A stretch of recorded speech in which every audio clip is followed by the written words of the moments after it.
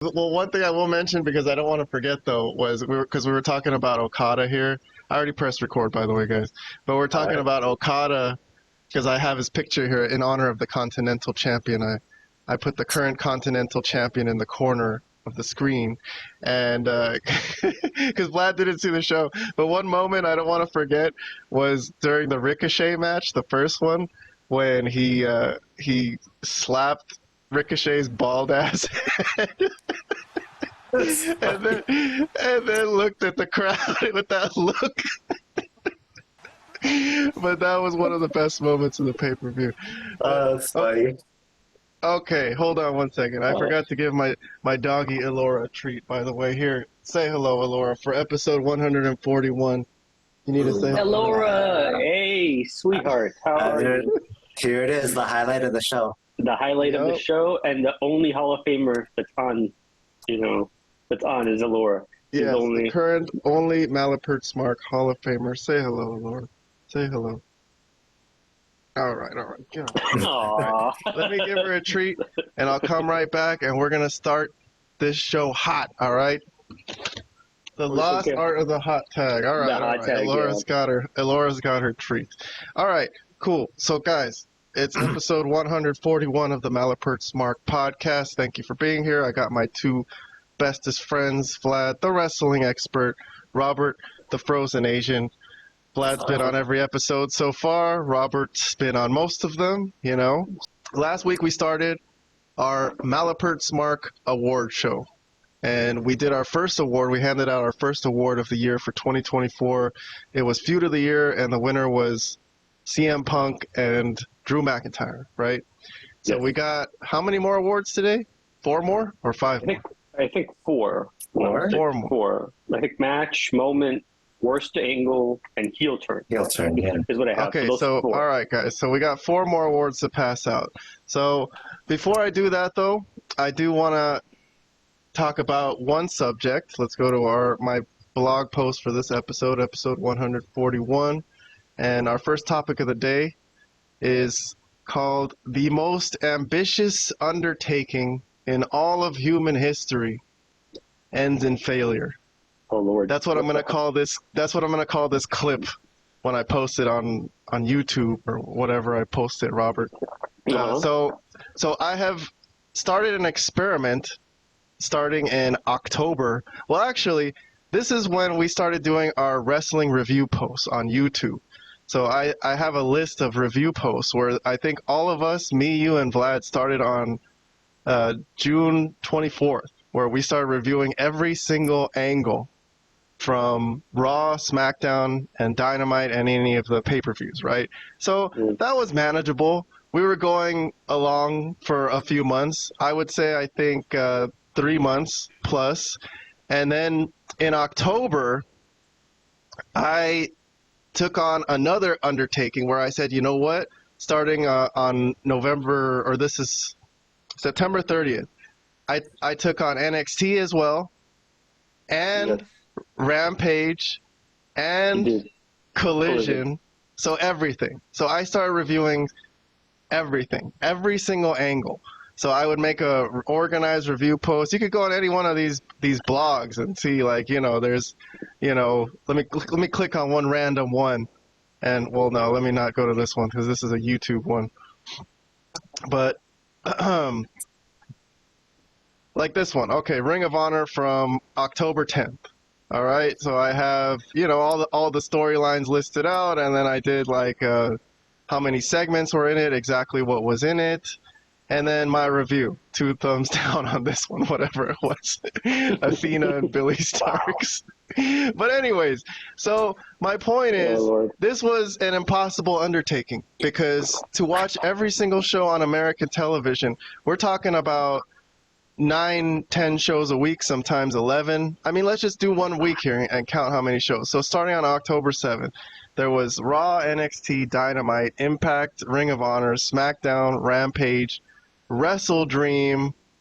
All right, and I guess this week didn't have a Collision because Wrestle Dream. So that was 1, 2, 3, 4, 5, 6, 7, 8. That's a very mild week. Usually it's like 9 or 10. Okay, and I have a job. You know what I mean?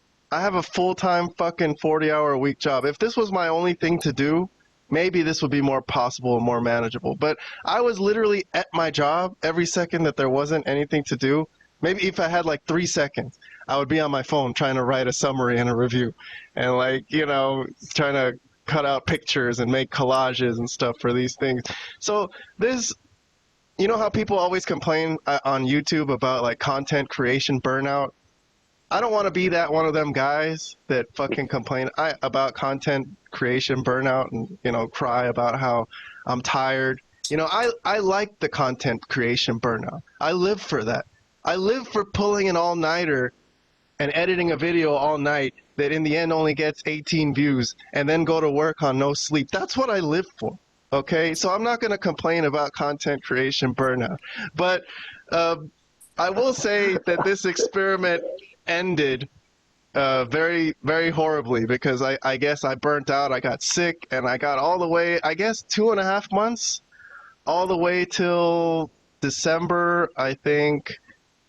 Where is it here? December. I want to say on this episode of Ring of Honor, like on the 19th. That's where I just couldn't keep up anymore, and I couldn't post a review. I have since posted this review, but it's like long, you know, not relevant anymore. But that's when I couldn't post a review on time. So my experiment lasted 2.5 months. Okay, so I don't know. I'm not gonna promise in the coming year that I'm going to review every single show like I did for those 2.5 months, because it's just not possible. Maybe if someday this is my full-time job and I don't have to actually go to a fucking real job, then maybe I can do this. But at this stage, I'll say, like, I won't promise that I can review all these shows. I'll review them if I can, is what I'll say. And that's the end of that diatribe right there. So the greatest, the most ambitious undertaking in all of human history. That's what that was. Any comments? I just had one thing to say about all that. Like, I don't know about content creation burnout, but I would have felt burnt out watching all of that wrestling. Yeah, just watching it. Not just writing about it after. Watching it, I would create a full-on, like, serious book report that was like a complete, you know, summary and, you know, comments and thoughts. And then Vlad and Robert were also in on it on Raw and Smackdown and Dynamite, and Robert on NXT, and then I did all the other ones by myself. But anyways, so that's that. That's topic number 1 today. That experiment is over. So with the coming year, I will change how the channel works just a little bit, but overall, you'll still get pretty much us covering everything. I'll just do it in different ways. I think my plan is to stream more. I'm not going to do as many posts. I think we're going to probably just do the major ones as posts, like Raw, SmackDown, Dynamite, and NXT. And then all the other ones, if I'm going to talk about them, I'll just talk about them on a stream, maybe. So that's that. That's the announcement for the opening of the show. Now that we got that out of the way, let's move on to the main event. All right, we got the Malapert Smark 2024 Awards. So topic number 2 is our first award. It's Wrestler of the Year. And I got the voters on here is me and Vlad and Robert. All right. So this is how it works. If you guys didn't see last week's show and didn't see how we came up with our best feud of the year, this is how it works. So each voter chooses their top 5. And then we award points based on where they are. First place gets 5 points, second place 4 points, and so on until 5th place gets 1 point. And then at the end, I add up everything from all 3 of us, and we find out who wins. So without any further ado, by the way, I've been sick. So I'm surprised that I'm even here today. So if this show was scheduled for Friday, man, I would have been an invalid. I wouldn't have been able to make it. I made enough of a recovery, but I'm still kind of out of it. But I think today's show, since we're not really doing any angles or any clips, it's just a basic fun discussion. This should be a fun show. So, all right. So I listened to last week's show, guys, and when I was going over the candidates, I felt like I was going too fast. So I'm going to slow down, because I want you guys to interject, All right. Sure. So remind me to slow down. So I want to go through the candidates. So by the way, for each of the awards today, there's 10 candidates, except for one of them. There's 11, which I'll get to that later, but I couldn't cut one out. But for this one, Wrestler of the Year, we got 10 candidates. I'm going to start with number 1, Bryan Danielson. All right, he had a big year. It was his last year, supposedly, quote unquote, as a full-time wrestler. So not quite retired, but retired as a full-time wrestler. I don't even know if he was full-time this year, really, but he did a lot of work. He was champion. He was AEW World Champion. A lot of people thought that wouldn't have happened, right? And yeah, because he was supposed to retire. Everyone's like, well, why would you make him champion if he was going to retire? And my argument was that, you know what? He's such a star, such a name that you want that on your list of AEW World Champions. And then he got beat by Jon Moxley, and subsequently they suffocated him with the paper bag over his head, which is going to come up later on another one of our awards. But anyways, anyone have any thoughts on Bryan Danielson if you want to interject before I move on to the second candidate there? No, I mean, it's obviously Danielson is a good choice. I think he top 10. Yeah, easily top 10 of the year. Yeah. All right, so no arguments here. No argument. Yeah, this is, by the way, my discretion. This is my award show. I created this list.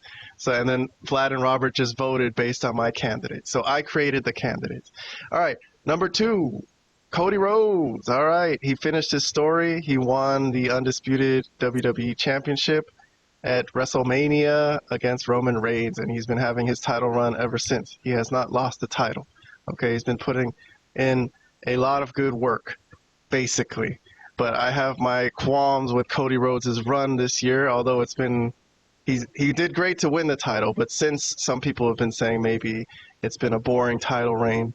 But I don't know. Anybody have any thoughts about that? Or well, there was a stretch of time that it felt very mid, this title reign.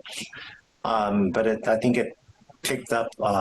It got a lot better when Roman Reigns came back.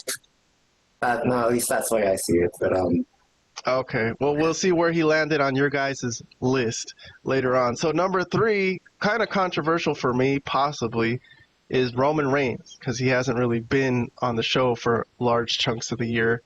So very part-time, but he still makes the list on the top 10 based on his clout, I guess. Also, the OTC gimmick, I'm not a big fan of. Cares if you're the original tribal chief of your family. I don't give a fuck if you're the head of your family or whatever the hell. You know? Well, when that family is like biggest angle in the wrestling, it kind of matters. It's true. If he just said he was the OTC of some family that we hadn't heard of before, then it wouldn't matter.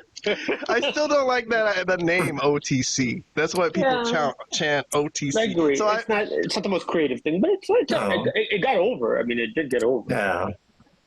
Okay, all right. Well, let's see where he landed on our list of top 5 wrestlers of the year when we reveal that at the end. Let me go through the rest of the candidates. Number 4, Gunther. Much like Cody, World Heavyweight Champion, long ass reign. Yeah. Mm-hmm. Been champion most of the year. Hasn't lost it, no? Since he became champion? No. Not yet. No, he has not. All right. Also great on the mic. He's been cutting some scathing promos. Way better than I ever thought. Mm-hmm. Yes. High profile feuds with Damian Priest, dressed down Damian Priest. But in the end, like where we are right now, we're at a phase where he's lost his confidence. So there's some criticism about this storyline that we've been given. But right. Regardless, all right. So number 5 on my list, Braun Breaker. I added him on the top 10. All right, interesting young guy. First year, like on the main roster, pretty much. Intercontinental Championship run. He's lost it though and won it back, and he's been really great in the ring. My problems with him is with the booking. You know, I think the booking's been a little strange. You know, like the thing with Jey Uso where he shook his hand and then kind of speared him the week after. You know, I don't know. There's been some clunky booking that I think he's gotten out of just because he's been so great. But anyway, number 6.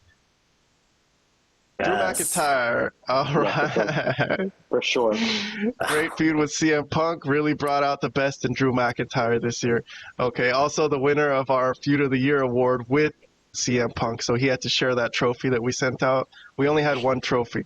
So we sent it to both of them. They got to figure out who gets to keep it. Maybe Yeah. they They'll can kill keep each it other like first.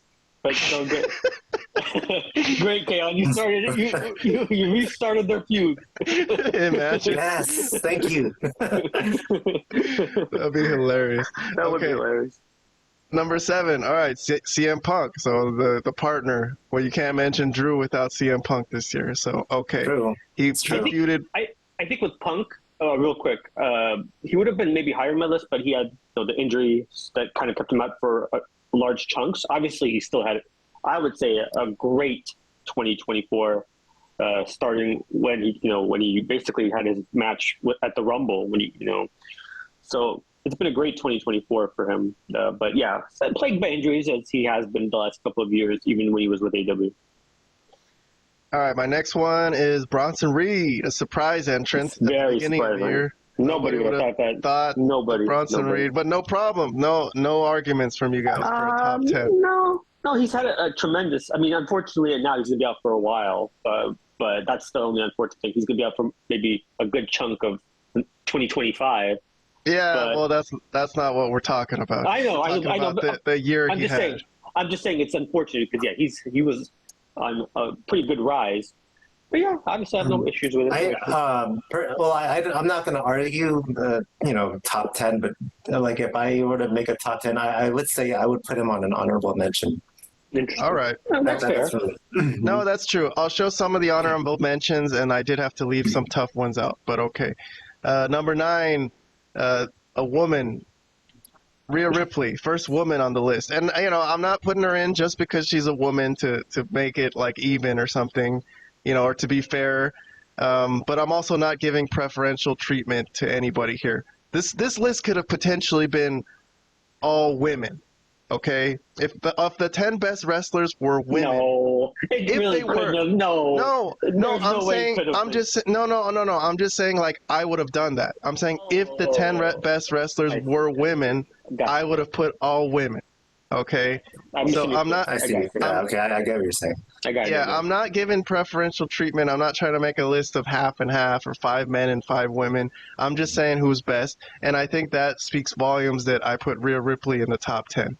Because okay, so the last one, okay, this might be controversial, MJF. So I put him in, Vlad, because of the conversation we had on the phone, where you said you think he's still a top 10 wrestler despite the weak year he's had.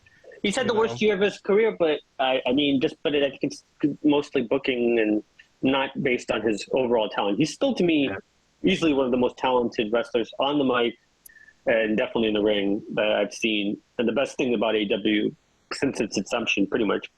But yeah, this has been the worst year of his career. So obviously he couldn't be in any higher than probably 10. Well, he started out as a face, and then he came back and turned heel pretty soon. Right, on Daniel Garcia, and then he had a feud with Will Ospreay, and then he's had a bunch of time off where he's just, and then he finished the year feuding with Adam Cole. So the Will Ospreay feud, I didn't really like the feud, but they had a great match that ended up on our top 10 matches list later on. So that's right. I still think he put in enough work, and with his promo work, that yes, I think he's still got enough clout that you got to put him in the top 10. We'll see about next year. I don't know. Next year I might not be so nice, but yeah.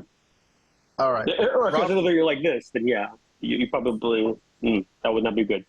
Robert, do you have a problem with this? Might MJF end up in your honorable mentions list, or you think he deserves a top 10 spot here? I think if I made a top 10, I think I'd still put him on it. Okay. Yeah, all right, sure. Rouge too. I forgot the little Rouge feud he had. That was pretty decent when he was a baby face. That was. Oh, you scared me. I thought you were putting Rouge in the top 10. I knew. He was on his way. If they didn't cut off, I don't know. They were pushing LFI for a minute. You're about to get the horns. Well, when you mess with the bull, you get the horn. I can't even do it as good as Robert just did it. Dude, Robert did it great. No. That sounded just like Roosh. If they need a replacement for a leader of LFI, that's you. All right, honorable mentions. Let's just mention. So these aren't people eligible to be voted for by us today, but I just threw them in because I thought they were close to making the top 10. Sami Zayn, okay. Liv Morgan, didn't make my top 10, but, great year. Damian Priest. Robert, actually, this one was you. I added this one to the honorable mentions because of you. So, but I thought he had a good year. Swerve Strickland, that's also a Robert. Honestly, I'm over Prince Nana yelling, "Whose house? Whose house?" Like I am so over that. But okay. That's fair. Will Ospreay, that's another Robert. So Robert convinced me to put this on as an honorable mention. But It's fair. Me and Vlad have our qualms about Ospreay. We think he could be better as just a professional wrestler. Yeah. A lot of the video game moves that he doesn't sell and just pops back up from and is kind of unrealistic. So that's our issue with him. But I also think sometimes he could put on like a stellar match. So For sure he can. And then the last honorable mention, Robert, is the final boss. When you fuck with me, you fuck with the final boss. Yeah. But very, very small sample size. Yeah, I don't think you can put him as wrestler of the year just because he only was there for the WrestleMania build. No, but what he was there for was so fucking good that I had to put him at, he was there for the best part. He was definitely there for the best part. And heel Rock was really goddamn funny this time. Like, Yes. I don't know if we talked about. We probably did, but it might have been the best Rock of his career, in my opinion. But I mean, I think this and Hollywood Rock basically are basically the same thing, though. In my opinion, are the two best Rocks. But yeah. All right, let's get on with it. We got a bunch of awards to finish. So, Kahan, this is me, the Malapert Smark, my number 1 through 5. I put Bronson Reed number 1, baby. Oh my god! Oh, good God! Holy hell! Number 2, Drew McIntyre. Okay, no CM Punk on my top 5. Gunther number 3, Rhea number 2, and Cody Rhodes I got at number 5 with 1 point. I guess I have a comment. Let me see what my comment was that I wrote earlier today. Danielson made a great run at my top 5. Yeah, he had a great run, like a lot of matches. He looked fucking tired by the end, but he didn't make the cut. Neither did the OTC. Braun Breaker was also great, but hurt by his booking. CM Punk was really good, but really, let's be honest, Drew McIntyre carried Punk. What in the world? Okay, I don't agree with that part. Listen. I don't like Drew. I don't agree with that. Well, I think Drew was more important to that feud, personally. I think Punk needed a guy who hated him, or else that feud wouldn't have worked. Also, like you said, Punk missed a lot of time. But let me just say, before I get comments, that this is a very hard list to make. Okay? Yeah, it's not much of a criticism that Punk didn't make top 5. He's still fantastic, okay? And he's great. But this is just my top 5. So many good wrestlers here. Cody was my number 5 because, I don't know, since he won the title, like there's been a lot of time-killing feuds. I like the AJ Styles stuff, but it was like very predictable. Nobody thought AJ was going to win anything. So I put him on my list, but at number 5. Bronson Reed, man, he was my most enjoyable. I enjoyed everything Bronson Reed did, whether he was feuding with Seth Rollins or Braun Strowman. Drew McIntyre is just fantastic, man. He's just so cool. Yep. So, okay, there's my list. Do you guys want to comment before I move on, or no? I'll move on to Vlad next. No, I mean, your list is fair. I mean, except for I don't think you could make a case that Bronson Reed had the best year of any wrestler. I think that's the only thing that really stands out. Hey, listen, there's really no protocols for voting here on this award. That's right. It's your opinion. I get it. It's your call. Hey, you can be completely biased if you want. I enjoyed Bronson Reed's work. I'm a big fan now. So did I. But I wouldn't put him in the top 5 wrestlers in 2024. No. I mean, he's outside of it. Like you said, he's in the top 10, but not top 5. Let's see Vlad. So Vlad is number 1, Cody. So finishing the story, and doing the whole year as champion. Gunther, number 2, the World Heavyweight Champion. Roman, number 3. Yeah. And Drew McIntyre, number 4. And then Bryan Danielson with his AEW title run and end of his full-time career run, number 5 with 1 point. So let me just read your comment that you texted me before I get comments from you. You said, this is hard. It's hard because Punk and Rhea deserve to be mentioned. So this was hard. So you mentioned that this was... It was hard. It was very hard. you guys really put me through especially Gail, you really put me through this one. No, but, Rhea deserved it, but a lot of people deserved it. I mean, it was hard to pick number 1. But I felt Cody finishing the story was such a big thing that it carried the first half of 2024. And he probably deserved to be number 1. Gunther, well, I'm just going to give my rationale real quick. Gunther. Yeah, go ahead. Gunther is probably the best wrestler in the world. Like, you just talked about, like, his in-ring ability, like, his work rate, as they call it. It's just, I've never seen a bad Gunther match. Like, even, like, with things, like, on Raw or wherever he's at, he's always putting on great matches. Roman Reigns, he's just the biggest star in the business. That's it. Yes, he's not always there, but to me, that's not really a big. For me, I don't consider that like a big thing. Unless he's feuding with like top people and he's not there, then that's a problem. But like, he's not there for some of the doldrums of the year for WWE. It doesn't bother me. But when he's there, he's always in tip-top shape, and he's always great. Drew McIntyre has been a revelation this 2024. I mean, I never really thought much of the guy, to be honest. I mean, except that he looked great, and he had a great look. Obviously, big, strong looking, but never really thought much. I mean, his matches were okay, but man, oh man, he had an amazing 2024. Love Drew, love him. He probably could have been higher in the list, honestly, if it wasn't just for the competition. And Bryan Danielson, I think I only put him there. There's a lot of criticisms that we gave, but for his run in AEW, but I think the tail end of it, the very last, like maybe 5-6 months, that whole retirement thing, actually, those matches were really, really good, and the crowd was going ape shit during a lot of it. I kind of enjoyed a lot of it, and he is one of the great workers of all time. And if this actually is his quote unquote retirement, then I should give him some props for having at least being the world champion at AEW. So that was my rationale. All right, let's move on to Robert's top 5. Mm-hmm. Robert, the Frozen Asian. Right. Number 1, Gunther. All right. He's the only guy who put Gunther at number 1. Number 2, Cody. And number 3, Drew McIntyre. All right, so we all had them 3 on our lists. And then number 4, you also put Roman. I didn't put Roman, and I didn't put Danielson either. So, all right, so you guys had Roman and Danielson. Is your list exactly the same, both of you guys, or no? No. I think just just the order is off. The order is different. Yeah, the order is We have the same names, though. The five guys we agreed on. We just didn't agree on the order, but we basically agreed because I could definitely see Drew over Roman. Like you don't have to convince me that hard. Right.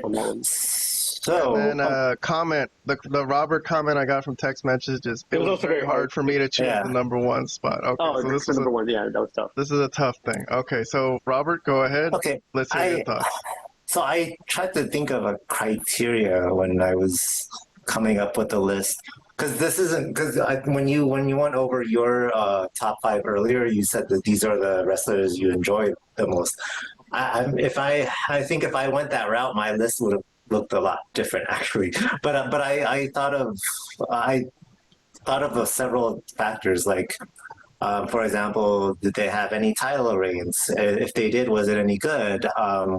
Were they involved in any high-profile feuds and any interesting angles, stuff like that? So I tried to factor all of that, right?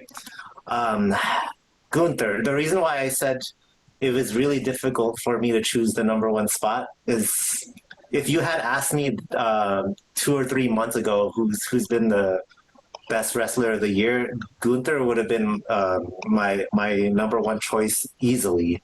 It's just the past month or so, this whole angle about him losing his confidence, it I don't know. Did Gunther piss off Triple H or something? What's going on here? I don't know what's going on. Yeah, it doesn't really make sense. Yeah, it doesn't make sense. It Yeah. makes absolutely It just no doesn't sense. make sense. But Why would Yeah, this? that comes up later on for Why us would too. this killer lose his yeah, belt to- so it almost made me put Cody over him for the number one spot. But look, this whole angle of him losing his confidence, it started very late in the year, and I don't know where we're going from there, but we'll see. But Hopefully they're done with it. since it happened very very late in the year, I'm not gonna hold that against him too much. So for me, he still retains the number one spot. Cody, he finished his story. It was great to see. It had to happen, and it finally did. But then for several months after that, I thought his title reign was very lackluster and not interesting. Mhm. It didn't get interesting for me until Roman Reigns actually came back. Then it got a lot more interesting, and it's been great ever since. Drew McIntyre. All right, if I had to give a award for who's been consistently the best on the mic in 2024, my award goes to him. Oh my Yeah. God. He's been Nice. consistently the Great. best on the mic. It's a great compliment. Yes. Absolutely. And it's crazy to think because he's for the majority of it he's going up against CM Punk, right? So Yeah. that's crazy. For him to go up against Mr. Pipe Bomb, and I still consider him to have been consistently the best of the year when it comes to mic work. That speaks volumes of how incredible he is. Yep. Roman Reigns. Okay, so again, what I told you for one of my criteria is like title reigns. He was the champion for the first 4 months of the year, Yeah. right? And then he was involved in one of the biggest feuds of the year, of course, with Cody. And then in his absence, well, the fans, like you would think that they'd had enough of him after this long reign, but you started hearing the fans chant his name. Dude, he So was even more though- over when Yeah. he wasn't there. That's how Exactly. over this guy is. Yeah. When he wasn't around, people wanted him back. Yeah. So he had to make it on the top 5 for me easily. But since he was gone for a good portion of it, I did put him on number 4. Yeah, that's fair. By Roman Reigns standards, this was a very bad year for him. But this year for anybody else would have been fantastic. It would have been like their career year. Yeah. Yeah. Bryan Danielson, no surprise, he had great matches. I did like his retirement run. That was enjoyable. And again, part of my criteria is a title reign. He had a very short title reign, but he did hold the main AEW title for a little bit, so he gets points for that. And he also the only good Jack Perry match that I could think of on the top of my head just so happens to involve this guy. So hey, that's another compliment, right? Yeah, he was terrific this year again. I don't know how much higher he would have been if he was around for longer. I'm not sure about that, but while he was around, it was great. So there you go. All right, cool. Thank you for your comments, Robert. Let's go through the final score. So we're going to add up every point that we gave out and see who wins Wrestler of the Year. So tied for 6th place, I got Bryan Danielson and Rhea Ripley with 2 points. Okay. Tied for 4th place, I got Bronson Reed and Roman Reigns with 5 points. All right. 3rd best Wrestler of the Year, Drew McIntyre. Oh man, he didn't win, but damn, he could have won. He was in the conversation. So 9 points for Drew McIntyre from our 3 votes. Number 2, Cody Rhodes. Oh man, 10 points. Cody didn't win. Who's the winner? The winner is Gunther. Yeah, 12 points. So here's the trophy we're gonna send him. The Malapert Smark Wrestler of the Year. And now he should get some of his confidence back, baby. Yes, there you go. Yeah, don't be so like. Yeah, You're come on, the dude. wrestler of the year, bro. What are you talking about? You can do this, bro. You look at this nice trophy we got for Gunther, man. Look at that. It even says Gunther down here. Look at that. All right. No, that's not legit. All right, so Gunther wins Wrestler of the Year. Okay, that's with our three of our votes. I don't think that could be argued very much. I mean, maybe some could argue Cody, but like we said, this is a tough list to make. So we added all three of our votes, and Gunther came out on top. All right, I'm gonna move on to our third topic of the day, which is another Malapert Smark Award. This one is Match of the Year. All right, so same rules, same voters. Each voter chooses their top 5, and I hand out points. First place gets 5 points, and down to 5th place, 1 point, and we add up all the points at the end. So, all right, I'm going to list through the candidates. I'm going to run through the candidates, and then if you guys really want to interject or jump in, go ahead, but I'll give you plenty of time to talk when I reveal your top 5 and the winner. So, candidates, number 1. Cody Rhodes versus Roman Reigns at WrestleMania. All right, so this was like when I was making this thumbnail, when we were reviewing this is our thumbnail from our YouTube video. It was like so much going on. The Rock came in, Undertaker came in, which was like, what the fuck? Even John Cena was another what the fuck. Like, no one was expecting that. Cody finishes his story. Seth Rollins came in with the Shield, stuff, Shield attire. It was chaos. It was great. It was everything that, wrestling should be. You know what I mean? But okay, I'm going to move on. I got 9 more. So second one is CM Punk versus Drew McIntyre at Hell in a Cell. So these guys already have an award. They won Feud of the Year, the Malapert Smark Feud of the Year. Last week we gave them, so they could get a second award right now. We'll see.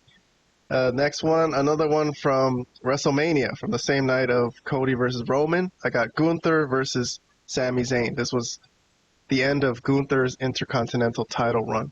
So, great match, great, solid match that Sami Zayn ended up coming out on top, and Gunther ended up going on to bigger and better things, the World Heavyweight Championship after that. Next one, at AEW's version of WrestleMania is All In. And the main event here was career versus title, where Bryan Danielson put his career on the line. He said, I'll never wrestle again. And some people thought he was still going to lose. I was for sure he was going to win at that point, because I was like, man, he's got to wrestle at least through the year, you know what I mean? So, but still, people were on the edge of their seats, not really knowing exactly what was going to happen, and Bryan Danielson came out victorious, won the title, and had a little run after that.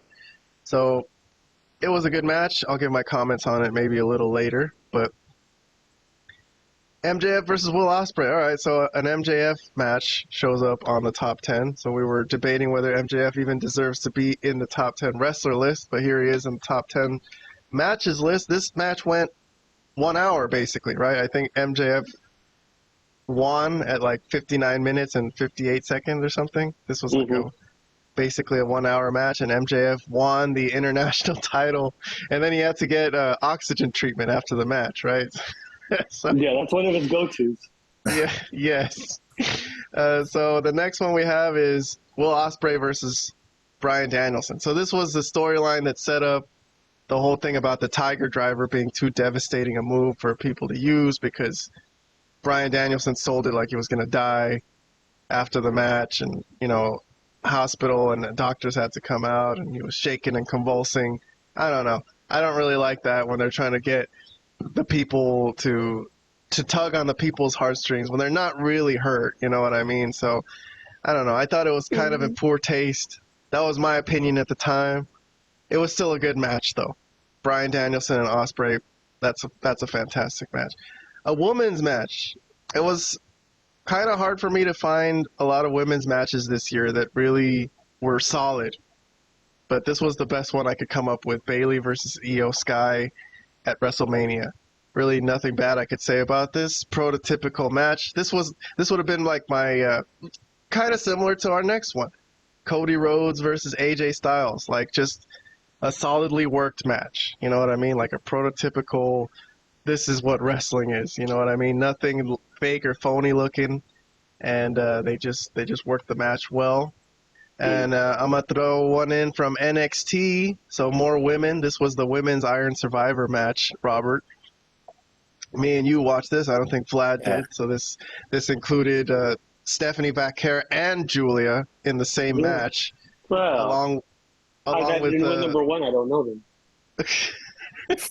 when it has names like that. Yeah, exactly. And the newcomer Zarya, the new superstar they got, and then Ren Sinclair and Sol Ruca. Vlad, this was a good match. Robert, do you agree with this ending up on the top 10? Right? I'm not saying it wasn't. I can't say it wasn't. Of all women's matches this year. Okay. And then my last one, the last one that made our list, is another NXT match. This is for me.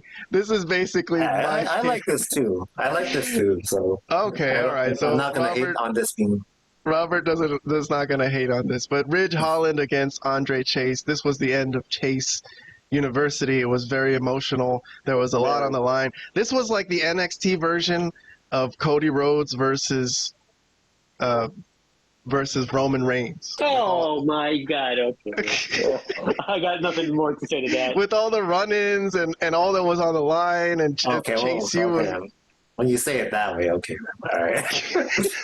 I thought you meant like the build-up wise, like or maybe the importance of it. The importance of it, yeah. It's freaking Andre Chase. What are you talking about, bro? Dude, look at he made a top 10 list. Oh my God! Okay.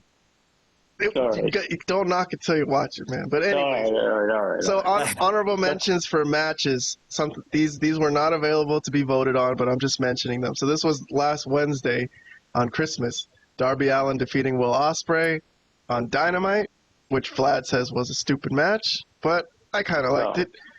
I mean, I think Darby Allin is the only character that makes sense when he just takes a lot of punishment and doesn't die, because he does it in real life. He'll just go like jump off a mountain and then get up and continue walking. You know what I mean? So whatever. My next honorable mention is the Sting retirement match. Sting and Darby Allin versus Matthew Jackson and Nicholas Jackson at AEW Revolution. And then another one, honorable mention, is War Games. The Bloodline versus the OG Bloodline. The OG Bloodline versus the real Bloodline. So I didn't make that available to be voted on. Wait, it was the OG Bloodline and CM Punk. I forgot to mention that. So okay, I guess. And the Bloodline. I guess you could also add Bronson Reed and Bronson Reed. Yes. Yeah. Well, I don't think there's an actual member of the Bloodline. Okay. All right, so I'm going to start with myself first, just because that's what I listed first. So my top 5 matches of the year, Kahan, the Malapert Smark. My number 1 is Cody versus Roman. That was just magical. Okay. All the run-ins were great. Yeah. My number 2 is MJF versus Will Ospreay for their hour-long match. I mean, usually MJF can help these guys who don't have sensical matches have sensical matches. You know what I mean? This was that. And then my third one is the Hell in a Cell, CM Punk. But how could that not be at least second, bro? That I don't understand. That was one of the best things I've ever seen. It's true. I mean, the bump Drew McIntyre took at the end, and the whole beads thing. Oh, I mean, God, yeah. We were mentioning earlier. I did mention that I thought McIntyre carried Punk a little bit. I do kind of think that, because man, Punk is paper thin. We're just like hoping he doesn't get injured in these matches. You know what I mean? That's true. But Drew I think took that ridiculous bump on his back on the steel steps, like the fucking. Anyways, my number 4 is based on my enjoyment of it. Was Ridge Holland versus Andre Chase. 2 points. My God. 2 points, all right. And then number 5 is the women's Iron Survivor match, gets 1 point. Okay, so let me see if I have any extra comments, whatever I thought of earlier today. I thought about putting Cody versus AJ as my number 5, but the Iron Survivor match was pretty solid all around. Although Cody and AJ was a prototype wrestling match, I enjoyed the women's Iron Survivor match a little better. Okay, so there you go. That one I don't have. There's my top 5. Okay, I want to move on to Vlad's. Vlad's top 5. wrestling matches of the year. So we had the same number one. So Cody versus Roman Reigns at number one. All right. Number two, which was my number three. Oh, so our number 2 and 3's got flipped. Yeah. Shit. So you have CM Punk versus Drew McIntyre as your number 2, and MJF versus Ospreay as your number 3. Gunther versus Sami Zayn from WrestleMania 40 at your number 4. Okay, I can't argue with that. Very, very solid, well-worked match. And then Cody versus AJ from Backlash, the first one. This was before AJ's heel turn. Before his retirement. Yeah, his retirement. Yes. Yes. So that gives Cody and AJ 1 point. All right. So do you want to make comments before I move on to Robert? Yeah, I'll be quick. So Cody versus Roman. I mean, we've already discussed this feud and everything that went into the match. I mean, it was amazing. As you said, it was magical with Cody coming out on top, but all the interferences, The Rock, Cena being there, then the Undertaker. I mean, it was a magical time. When you think of wrestling, like what I love about wrestling, that's that, right? That whole situation that unfolded at the main event there. Punk and Drew was just the most violent, tremendous, old school match that I've seen in a long time. Like they did Hell in a Cell perfectly. Like that was a perfect match. It was.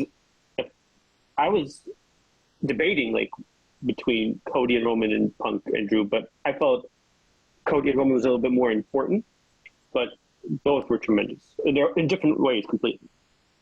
MJF and Ospreay, I think it's what you said, Dan, like when MJF can, like when Ospreay can work with someone like MJF, like some of his, I guess, tendencies to do kick, like the video game stuff and kick out of everything and pop up after getting pile driven or whatever, or kick out at one after just getting his ass kicked. All that stuff really didn't happen in this match. Not that I recall. I mean, it's been a little while, but I remember thinking as the match was happening, this was tremendous, you know. So, and obviously they went basically. It was an Iron Man match on their TV, you know, Dynamite. Great stuff. That's what makes me think MJF can turn 2024 around a match like that. He just has to have the right program and work with the right people. Gunther versus Sami. You know, I've already praised Gunther, but Sami Zayn, a tremendous worker, man. Just the way he sells specifically, like he is perfect. He's a perfect wrestler. I mean, he doesn't have the greatest look. You know, he just looks like an ordinary guy. You know, he looks like an ordinary guy that you probably could be working at some office somewhere, maybe. But his wrestling ability and the way he sells is tremendous. Love Sami. And then Cody versus AJ, it just reminded me of like some amazing early '90s Bret Hart match with Owen Hart or something like that. You know, just a classic wrestling match. Two amazing workers just killing it. You know, AJ Styles, I think, is this like our era is like maybe Shawn Michaels, or this era is Shawn Michaels in the sense of like he's considered one of the best in-ring workers of all time. And Cody is really great in the ring too. I mean, tremendous. So this was a great match. I know there wasn't a lot. The reason that it's so low, you know, as far as not being any higher, is just there wasn't a lot into the feud, but the match itself was tremendous. So yeah, I'll leave it at that. All right. Let's move on to Robert's top 5 wrestling matches, pro wrestling matches of the year. We don't count the amateur stuff. We don't see the amateur stuff. Then Robert had MJF versus Will Ospreay as his number 1, which you can't really argue too much, Vlad, because I can't believe a Will Ospreay match ended up on your top 5 list. That to me is amazing. Okay. But hey, we'll get his opinions in a second. Let me just read through it. And then Will Ospreay. So a second was number 1 and 2. Will Ospreay against Danielson. So this was at AEW Dynasty early in the year. And then he comes to Cody versus Roman. So that was our number 1. So it was number 3 for Robert. Hell in a Cell, Drew versus Punk, and then Cody versus AJ, number 5. All right, Robert. Do you want to clarify anything? Any thoughts you want to give about all this before I give the results of who wins match of the year? All right. All right, so I clearly don't mind what you guys call video game stuff, but hey, but I don't want to like I don't I want didn't to say that to anything. be, but I don't want to like overstate that as if like that's what I'm really looking for in a match. Okay, I just want to clarify. I'm gonna bring up two matches not from this year as a point of reference. Okay, Shawn Michaels versus Kurt Angle from I think WrestleMania 20 or whatever I want to say, and Bret Hart versus Stone Cold from WrestleMania 13. Yeah, Those are great. two. If I were to come up with a list of my top 10 all time favorite matches, those two would be on it.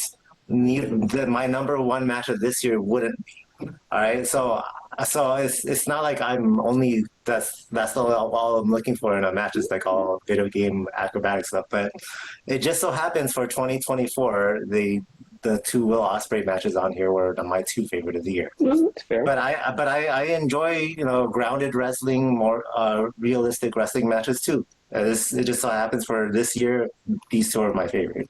Now regarding MJF versus Will Ospreay, I always expect Will Ospreay to be great, but MJF really, I can't praise him enough because he seems to be able to adapt to any style, adapt to any opponent, and still make it really good.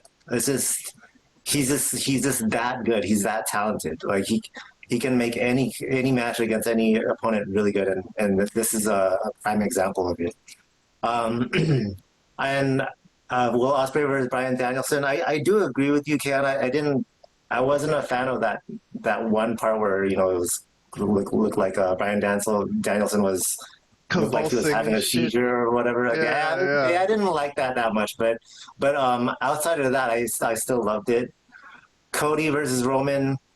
I love that too. It just all right. So it felt like an inevitability that at least for me, it felt inevitable that Cody was going to win the match. But despite that, they made it the best it could possibly be for that angle, and it was incredible. CM Punk versus Drew McIntyre. I mean, you guys pretty much talked about it earlier. This was the blow off match for their feud, and I loved every minute of it. And then Cody Rhodes versus AJ Styles could have been higher on my list if there was a better build up to it. Maybe I don't know. It's just there wasn't that much interest in it because the build up. Well, there was The second literally no match build. had a build up, but it The wasn't as second, yeah, good. the second match had build up, but I don't think it was as good as the No. Yeah. first match. So yeah, so I don't know. If there was some more build up to the first one, it maybe would have been higher.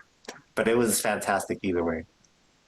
All right, all right. Well, the votes are in, so let's see who wins. All right.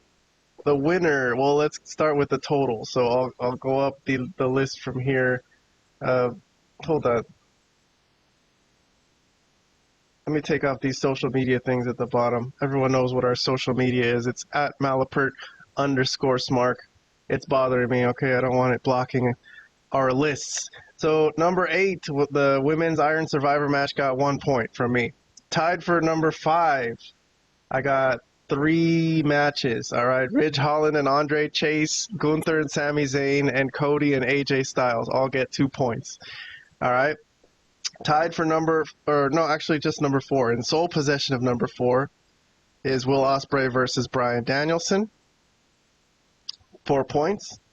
Number 3, CM Punk versus Drew McIntyre, so it didn't win. All right, our feud of the year didn't win match of the year, but it got 9 points. And then number 2 with 12 hefty points, MJF versus Will Ospreay, so it doesn't win match of the year. But no surprise here, the match of the year is Cody Rhodes versus Roman Reigns at WrestleMania with 13 points. I mean, when I saw it, I pretty much knew that I don't think anything is going to beat this. This is going to be the match of the year. I knew it at the time that there was no way anything was going to top this. So there's our winner. There's our trophy. Cody and Roman, they can share this. All right, there's their name down Oh there. boy, I'm thrilled to hear this. another reason. And now you want to start up another. You want to start up another food. No, they're cool now. You know. Yeah, but once they have to share this, They Roman's team gonna up be against again like, hey, you already told them he's in his way in life, so now they have to sell. Now they have to share this amazing trophy. That's true. He is in his way. Fuck. All right, we got to move on. So let me run through the final 2 awards and talk about World's End real quick, and we can get out of here. I just have to say that Okada's being in the back, like right underneath Robert, is one of the funniest things I've seen in a long time. He's so distracting. I expect him to like start talking. He's gonna give you a middle finger. Bro. He's gonna give everyone a middle finger. Yeah, it's pretty hilarious.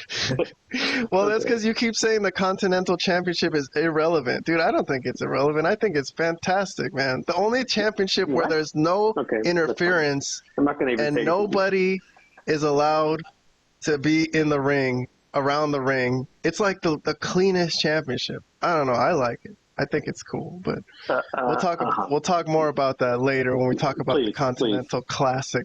Let me move on to our next award. Topic number 4 of the night is another Malapert Smark Award. This one is Moment of the Year. This is a little difficult to come up with candidates, but I'm trying to come up with a moment. So like one moment, basically. But we'll go through our candidates. So same thing. Voters is us 3. Each voter chooses top 5, and we'll add up the points. First through 5th place gets points, and we'll see who gets the most points at the end out of our 3 votes. And we'll give a winner a trophy to the Moment of the Year. So here's our candidates. Number 1, man, this was good. This was good. I really think somehow this should have won, but this is CM Punk screwing over Drew McIntyre dressed as a ref at Clash at the Castle in Drew McIntyre's home country. And Drew was going to fight for the title against Damian Priest. And they showed this long run-in of this long-ass fucking entrance, walkway where a ref was running in when the ref was down. And the ref comes in and makes a 2 count, and then he just stops. And it's fucking CM Punk. And then Drew McIntyre's face, when he fucking sees it, it's CM Punk. It was so fucking great. I remember watching this. I was with my girlfriend, and she had no idea about what the hell was happening.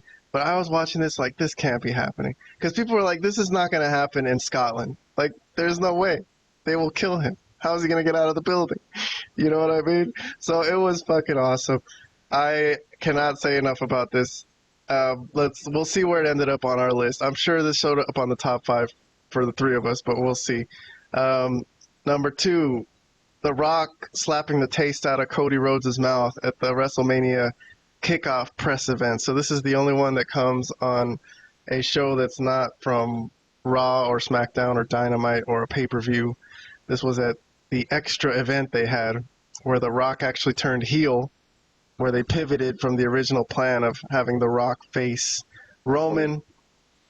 And he slapped Cody Rhodes. So Robert, probably the biggest Rock fan here.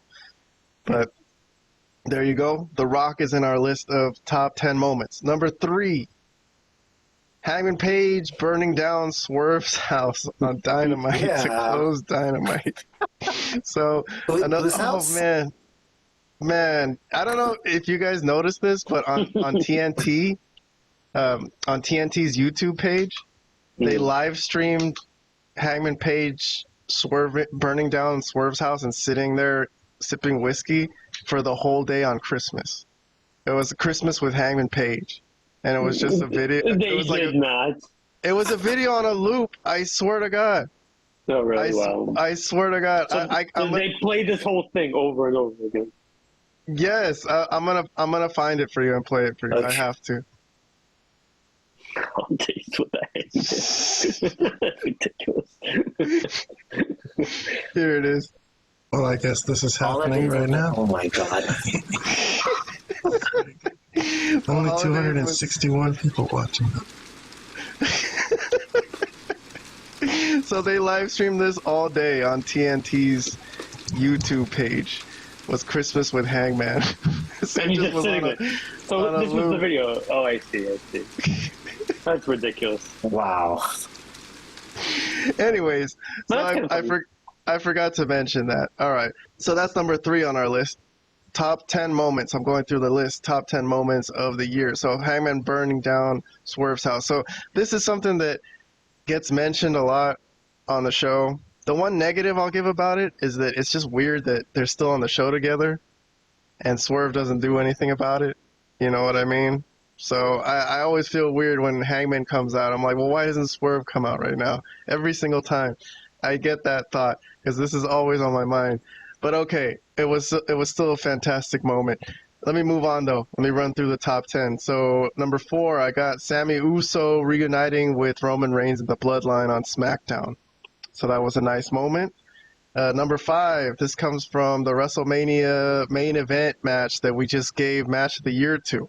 It was Cody Rhodes versus Roman Reigns, but The Rock came out to help Roman because they were both in the Bloodline at the time. And then The Undertaker came out of fucking nowhere. Like, that was probably the most shocking thing that happened on that night. Yeah. Was The Undertaker showing up, like the lights going out and choke slamming The Rock. So The Undertaker choke slamming The Rock, that's number 5. Number 6, Cody actually finishing his story. So I'll consider this like right when the referee's hand hit the mat at number 3. And all the fans got the relief of like fucking Cody finishing his story. Okay, so I put that as another moment. So that match had a number of moments, but number 7, another CM Punk Drew McIntyre thing. So in addition to screwing him over in Scotland, he screwed him over at Money in the Bank. Drew McIntyre had won the Money in the Bank, and then he confidently walked into a match to cash it in. Who was it? It was like Gunther versus Damien or something. I want to say that sounds right. Was that at Money in the Bank or? Yeah, or, at Money in the Bank. Oh, okay. So Damien had won the Money in the Bank earlier in the night, and then he cashed in his during the world title match when both guys were down, and he was supremely confident. He gave it in 1 second. It wasn't like these Tiffany Stratton ones where she's waiting and deciding. No, he just handed it to the ref. He's like, let me just go take this world title right now. And then CM Punk came out of nowhere and completely fucked his fucking Money in the Bank briefcase contract. Oh, and this is when he was still injured. Punk was right, but he was at the what was happening? I just remember him doing something, but or am I thinking of another situation? He came out of nowhere. I came out of nowhere. He just came out of nowhere and just fucking choked Drew McIntyre. No, you're thinking of WrestleMania. I'm thinking of WrestleMania. Okay, I got those two Dude, that was another moment that I should have put on my honorable mentions list or something. That was a great one. I forgot about that one. They had so many moments. Yeah, they did. Oh my god. That's why it's Speed of the Year. Yeah. Okay. And then my number 8, let me move along, is John Cena's surprise involvement at the WrestleMania main event. So that match has a bunch of moments on this list. But yeah, no, people weren't expecting Cena, but it did make sense. It wasn't like the Undertaker one that didn't make any goddamn sense. He was feuding with the Bloodline before. He had a feud with Solo.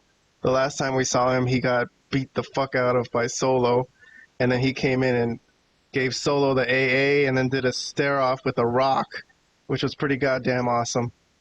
Number 9, this is from Robert. Robert convinced me to put this one on the list. It's the Bloodline powerbombing Paul Heyman through a table after he refuses to acknowledge Solo on SmackDown. All right.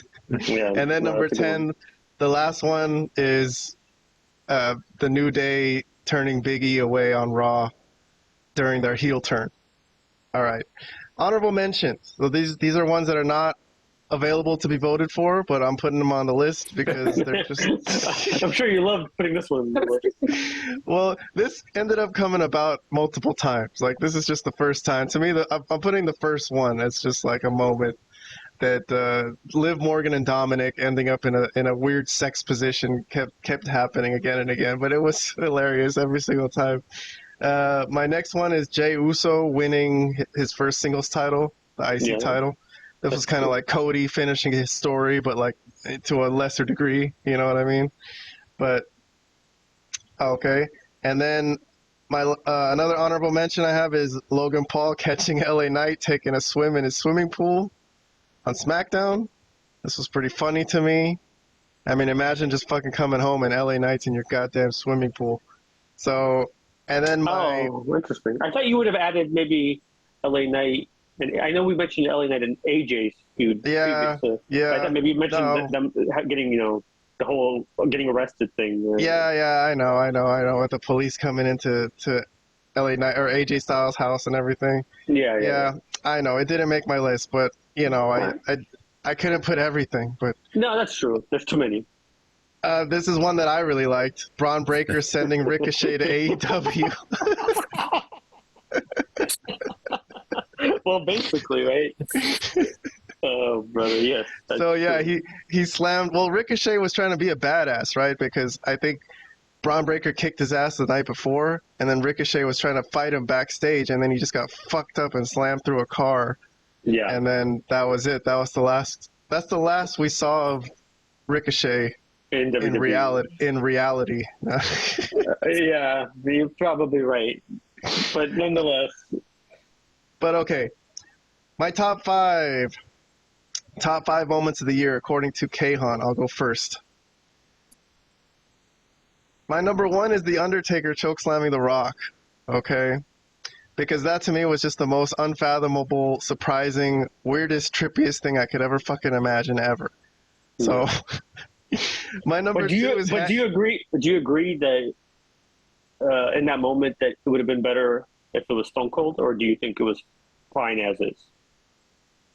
I think it was fine as is. I have no problem with it. No. I mean, no, I don't have. I mean, obviously, don't have a problem with it. But it made sense. Would have been better. You know how I said it didn't make sense because he didn't have anything to do with that feud? I think it made sense just because Undertaker is supposed to be like the purveyor of justice. And the lights went out and he just watches, he's the overlord watching over thing.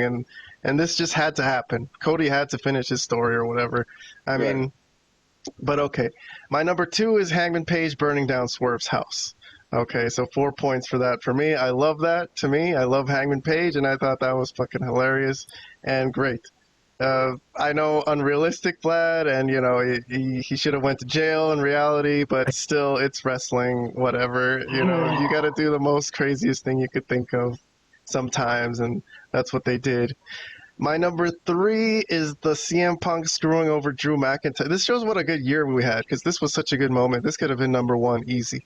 CM Punk screwing over Drew dresses a ref at Clash at the Castle. So 3 points there for me. And then same feud for me is the Money in the Bank cash-in ruin at CM Punk ruined Drew McIntyre's Money in the Bank cash-in. And then my number five is John Cena's involvement and stare-off with The Rock at WrestleMania. So comments from myself, Cody finishing his story didn't make my top five moments.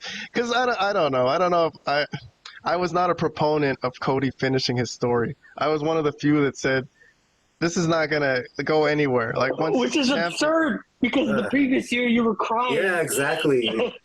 Which is You were so upset when it didn't happen the year before. You said you were distraught and you couldn't sleep or some shit, and then the next year you didn't even. Okay, so they made us wait. They made us wait a year. Whatever. What the fuck was the point of that then? They should have just, if they were gonna make us wait, make it like a bigger long-term story. You know what I mean? But no, I don't know. I also thought they didn't have anything really set up for Cody afterwards. You know? That's a fair criticism. That's true. That's true. And a lot of people say that. So, all right, Vlad. So here's your top five. Your number one is Cody finishing his story. Okay. Your number two is The Rock slapping Cody at that press event for the pre-WrestleMania kickoff press event. Yeah. And your number three is CM Punk screwing over Drew at Clash at the Castle in Scotland dressed as a ref. And your number four, believe it or not, Mr. AEW hater, is Hangman Page burning down Swerve's house. So that. Hey, I said I was trying some new stuff. I'm trying to be nice. Come on. And then number five is New Day turning Big E away during their heel turn. So, okay. Yeah. Okay, that actually did show up in your comments. As ridiculous as it was, Vlad says, Hangman burning down Swerve's house was still memorable, so it made my top five. Okay. All right, and then Robert's... Oh, wait, hold on, Vlad. Did you want to comment on any of these or the stuff, anything you have to say? I think pretty much all of it speaks for itself. I think the only one that would probably get an eyebrow raise, one of the Rock's eyebrow raises, is Hangman and Swerve, based on my history of commenting on AEW, but I think even with what as kind of as I said, as wild and nutty as it was, you have to give it as a moment some sort of credit because it was pretty memorable. Like people were talking about just the audacity of actually doing something like that and airing something like that. So I gave him some sense for that.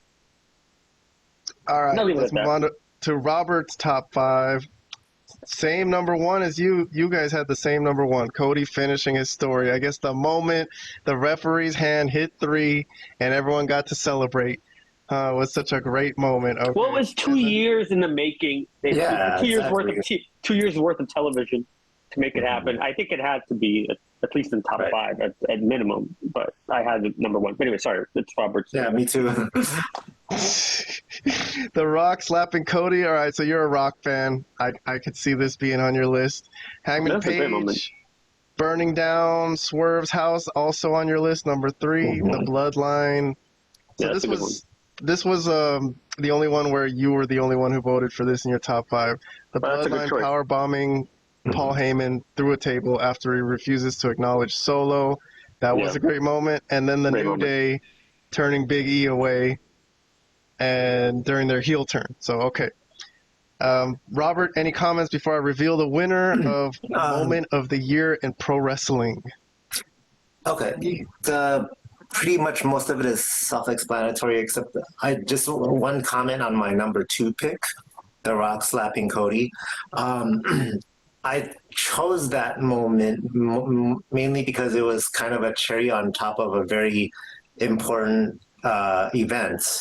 Because remember, at that time there were a lot of people that were upset about The Rock taking over the main event of WrestleMania. So they held that press event to pivot, right?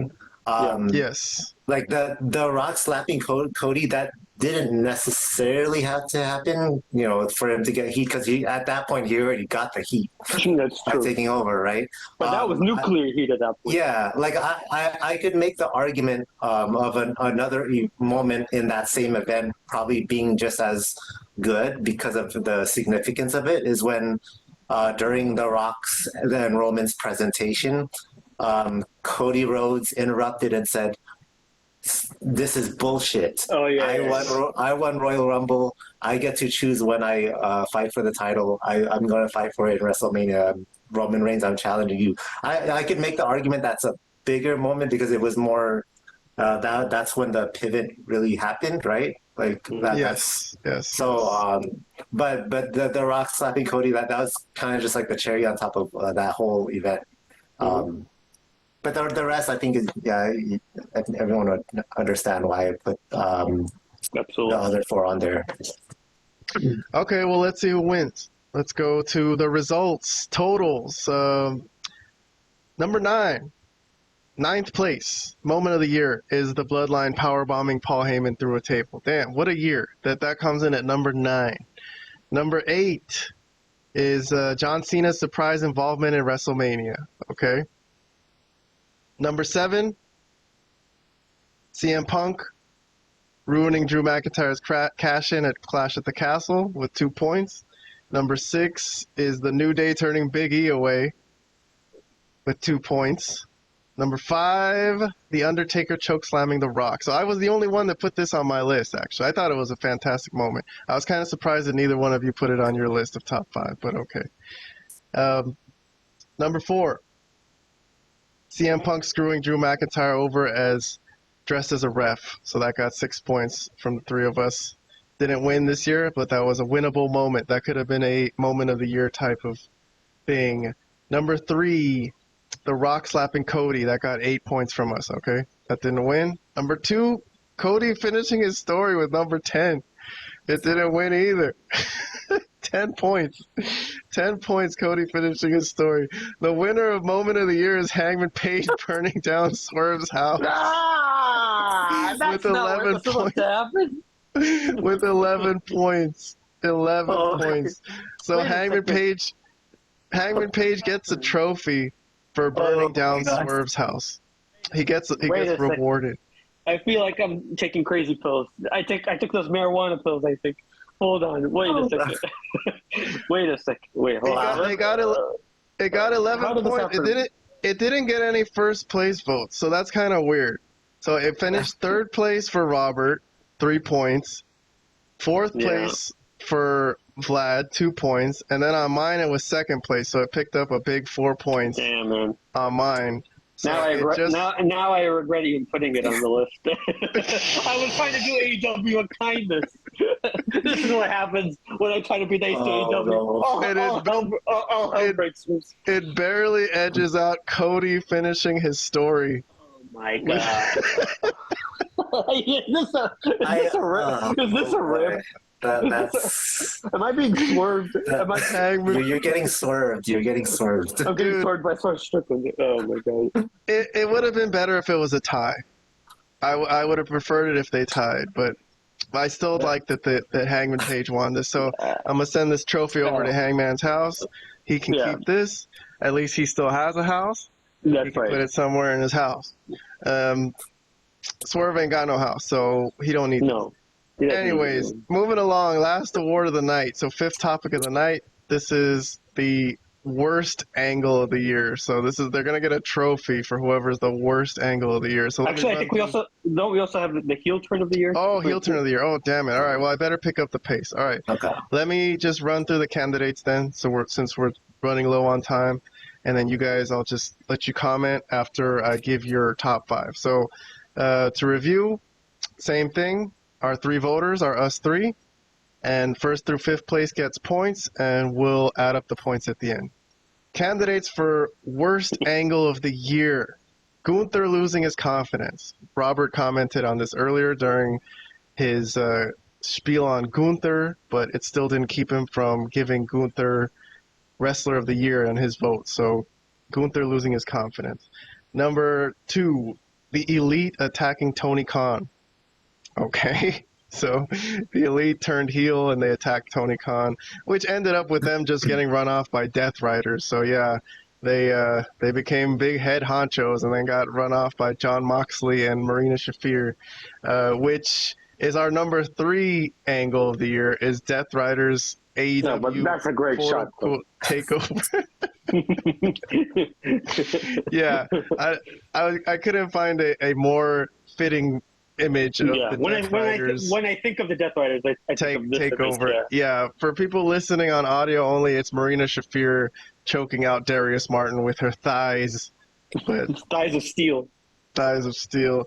Number 4 worst angle. Well, this is not in order, but these are just candidates. Our 4th candidate for worst angle of the year is Chris Jericho's learning tree and everything that has to do with it.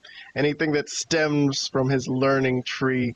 God damn it. And fucking Big Bill, poor Big Bill, buried under this tree. But okay. Buried under this tree. That's a good way of putting it. Number 5 is Christian's patriarchy attacking Taz in Pittsburgh, which they never showed. So this turned into like a big storyline with Hook, and they revealed that Christian was the one who attacked Taz because Hook needs a father figure, right? That Taz is not a good father. Okay, whatever. Number 6. Number 6 in our list of worst angles of the year, Tiffany Stratton's Money in the Bank. I hate this. I fucking hate this so much right now. Every time she comes out with that stupid fucking briefcase and just looks at it like, am I going to cash in? Should I cash in? Fuck this shit, bro. They need to get rid of this fucking Money in the Bank shit. I don't even like it anymore. It used to be cool. I hate it now. I hate Money in the Bank. Like, there needs to be a quicker limit. You have like 2 months to cash it in. That's it. Not all year. This is fucking annoying. And just like Tiffany's, my number 7 is Christian's. Christian has the same fucking contract on AEW. His is the Casino Gauntlet, and his sucks just the same. Here's an image of him. He was about to cash in on Bryan Danielson, and Kip Sabian stole his pen, so he couldn't sign the contract in time to cash in his contract.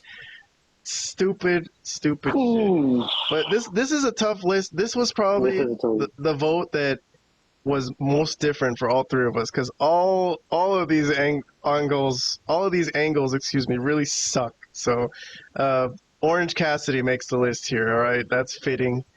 There was a scene where Orange Cassidy owed Well, Jericho claimed OC owed him $7,000 for ruining his jacket like 5 years ago. So Orange Cassidy got a dump truck, or what is that? A tractor, and filled it up with $7,000 in pennies and dropped it on Jericho's car, and Jericho's like crying, but there's not a speck on the car. You There's just no gotta damage dig to the those. car. You just gotta dig some pennies out. You know what I mean? So that was freaking dumb as hell. Number 9 on our list of worst angles: Death Rider's attempt to murder Bryan Danielson and suffocate him. This was actually on Bryan Danielson's retirement day, right? The day that Happy he lost his retirement. title. Yeah. So- and then Robert, you turned me on to this one. Sometimes it's hard to remember all the bad storylines from the year, so it kind of slipped my mind until you mentioned it. It's a good catch here. This is from NXT. Ashanti the Adonis, everything having to do with him and Carmen Petrovich sort of having a crush on each other, but it's been, I don't even want to get into Can it. I just Vlad. ask, because I don't know NXT that well, are both people still in NXT? Like, are they still within the Yeah, this in the company? storyline is still going on. Yeah. It's a current Yeah. storyline. This is Yeah, it's a current I storyline. thought It's this been happened going like maybe for- earlier in the year. It has been going on for a while, and it's still going. So fuck this. And then I have 11 angles here. Yeah, that's a good one too. So Otis hesitant to fight back against Chad Gable. So that's our 11th and final candidate that is available to be voted on here. Honorable mentions, I will mention, is Camille just being the Putz bodyguard, the bad, horrible bodyguard on AEW, and then also Jack Perry getting set on fire at Anarchy in the arena. So that was not available to be voted on, but still just made my honorable mentions list. So let me go through my top 5 worst angles of the year. Robert, I had to put it at number 1. Oh, wow. It's the NXT one. Ashanti the Adonis. I hate this so much. I'm a fan of bad wrestling, Vlad. I even watched WCW in 1999. Like I can hang with some dopey, silly wrestling. This is the worst shit I've ever seen in my life. This is the worst thing in wrestling I have ever seen. Okay. Fair enough. Number 2 is the Elite attacking Tony Khan. Yeah. Because Tony Khan is just a horrible actor. And it wasn't worth it to put the Elite over like that. Number 3 is Chris Jericho's learning tree, which has probably been the most lambasted angle of the year throughout the wrestling community, I think. Number 4 for me is Tiffany Stratton's Money in the Bank. I hate it. Every time she comes out with that, I want to vomit. And then number 5 is Christian's same thing, his world title contract, that he does the same bullshit that Tiffany Stratton does. My honorable mention. I said I wish there was more numbers in top 5. Like, I wish there was more spaces in a top 5 so I could put that Christian attacking Taz thing, because God, that sucks too. But I could only choose 5, so I couldn't fit that in. All right, I'll move on to Vlad's top 5 worst angles of the year. Chris Jericho's learning tree. All right, so consistent thumbs downs from you guys on our YouTube posts. That makes sense. The Elite attacking Tony Khan at number 2. Death Rider's AEW takeover at number 3. Death Rider's attempt to murder Bryan Danielson at number 4. And Christian's patriarchy attack Taz in Pittsburgh. So that's the one I wanted to put in at my top 5, but I had no room for it. I will mention that you did comment that the Elite attacking Tony Khan went nowhere. So any comments you want to give on any of these real quick? I know you don't want to give a lot of time to these horrible angles. But... Well, Jericho one speaks for itself. I don't think there's any comments there that's needed. The Elite Wait. I want to say something about Jericho. Jericho, how would you describe what the hell is going on with the learning tree? It's like those YouTubers who do the thing where they want to get views, so they just go on the streets and annoy people. You ever see people like this? Or they'll just they'll go to the supermarket and just do annoying things to people. Like he's just trying to fucking annoy people, and he's not funny at all. So I don't hate him vehemently, but I just think it's really stupid. No, I don't hate Jericho. Well, no, I don't hate Jericho. But this whole thing has been one of the worst things of his whole career. Yeah, you're right. The lead attacking Tony Khan, I mean, if it actually ever went anywhere, it would be like a big thing, like if something ever came of it, but nothing really did that I recall. I mean, they attacked the boss of the company and it went nowhere. I mean, that's insane. Like, why even do that then? Death Riders, AEW TakeOver, I think. What a dud. What a We've dud. said it before that it's, it's supposed to be like the NWO thing, but it's had the reverse effect. Like nobody's watching AEW because of this. So I mean, even less people than usual are watching AEW since they introduced this angle this angle. And then Death Riders attempt to murder Bryan Danielson. I had a problem with it as soon as it happened. Like, okay, you're not gonna freaking put a bag over the guy's head and try to kill him. I mean, I know they've done a lot of stupid stuff in wrestling before, but man, that's just ridiculous. Christian's patriarchy attack Taz, as you said, they never even actually showed the attack. They could have actually used it as an angle. It really made no sense, like as a feud at that point, honestly, and it's really been awful ever since. Christian's actually been one of my disappointing things that's happened in 2024 because he is a really good worker and obviously is a veteran. He's been in every major company outside of like WCW where he couldn't have been in his career. But man, what the hell is going on? I don't even know who to blame for I know that's sad for me too. I was going to mention that. Good thing that you mentioned that. He's one of my favorites of all time, but what a bad year for Christian. It was an awful year because this has been awful. The thing with Hook is a disaster. But yeah, that's it. I'll leave it at that. All right, let's move on to Robert's top 5. Chris Jericho's learning tree. No surprise because we've all been lambasting this all year. So okay, number 1. Gunther losing his confidence. Okay, you did discuss that a little earlier, that you thought that was one of the worst things going, but it didn't completely ruin his character, you think, but it was just a horrible idea. This was your submission. Otis hesitant to fight back against Gable. Yeah, that did get dragged on quite a bit. They could have taken care of that a little quicker maybe to not have it be such a bad storyline. So the Ashanti, the Adonis, Carmen Petrovich stuff, it also made your list. It was your idea. Number 4 on your list. And then Orange Cassidy dumping the pennies onto Jericho's car. So anything that you care to expound on or really, really talk shit about before I give the winner of the worst angle of the year in pro wrestling? Okay. Yes. So Chris Jericho, you just made the list. And I don't care if you're a wizard, you would be able to take your name off of it. That's number crazy. 1. Wow. Yeah, I guess I could have some honorable mentions as well, but I would rather call them dishonorable mentions. Yes. But all right, when I was coming up with this list, the only sure thing for me was Chris Jericho's learning tree would be number 1. Everything after that could have been in any order, honestly. It didn't really matter to me. And then I could have swapped some of these with the ones that are on the honorable mentions. I don't know. I put numbers 2 through 5 there to put something there, but it could have been in any order, really. I know you're right. Yeah, these were all bad. So yeah, they were all bad. For me too.